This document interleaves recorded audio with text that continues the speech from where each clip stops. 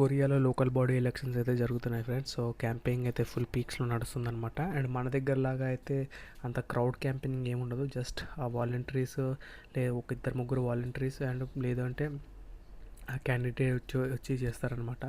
So నేనైతే ఇంకా రేపు హాలిడే ఉంది, ఎందుకంటే ఎలక్షన్స్ జరుగుతాయన్నమాట. సో దానికోసం అయితే నేను జస్ట్ మార్ట్కి అయితే వచ్చా కొంచెం కూల్ డ్రింక్స్ తీసుకుందామని. బట్ ఇక్కడ చూస్తే చాలా వరకు అయితే ఆల్కహాల్ మార్కెట్స్లలో దొరుకుతుంది. సో ఒక చిన్న వీడియో అయితే తీసి మా ఫ్రెండ్కి పంపించా ప్రైస్ కంపారిజన్ కోసం అయితే. But yeah, it is very common. Like south కొరియాలో అయితే drinking culture is very common అండి. చాలా వరకు పార్టీస్లో, ఆఫీషియల్ వర్క్స్లో కూడా చాలా వరకు అయితే డ్రింకింగ్ అయితే ఉంటుంది అనమాట. అండ్ ఎస్పెషల్లీ సోజు కానీ బియర్ కానీ అండ్ మరీ హార్డ్ ఆల్కహాల్ అయితే తాగరు. బట్ ఇట్లా కామన్గా ఆల్కహాల్ అయితే ఉంటుంది. So these are different type of brands and I'm very weak. నాకు వైన్స్ గురించి ఇంత నాలెడ్జ్ అయితే ఏం లేదండి. సో మీకైతే ఈ బ్రాండ్స్ అన్ని ఎంత ప్రైస్ ఉంటాయో కమెంట్ చేయండి. ఇండియాలో ఇక్కడైతే ఈ విధంగా అయితే ప్రైసెస్ ఉన్నాయి. But I don't know whether it is cheap or expensive or inexpensive, I don't have idea.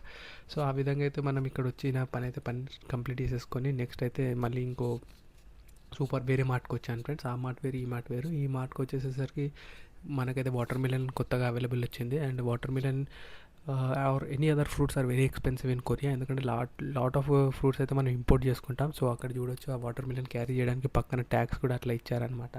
So this is one thing I appreciate in Korea, that ప్రతి దానికి ఒక సొల్యూషన్ అయితే అవైలబుల్ పెడతారు ఫ్రెండ్స్. సో మా ఇది వచ్చేసి మనకి ఆల్మోస్ట్ నాకు 2000 రూపీస్ పడింది ఆ వాటర్ మిలన్ ఇండియన్ కరెన్సీలో.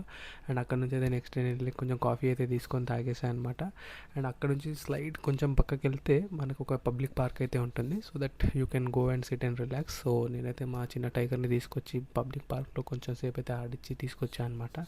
So this is our public park and చాలా వెల్ మెయింటైన్గా ఉంటుంది.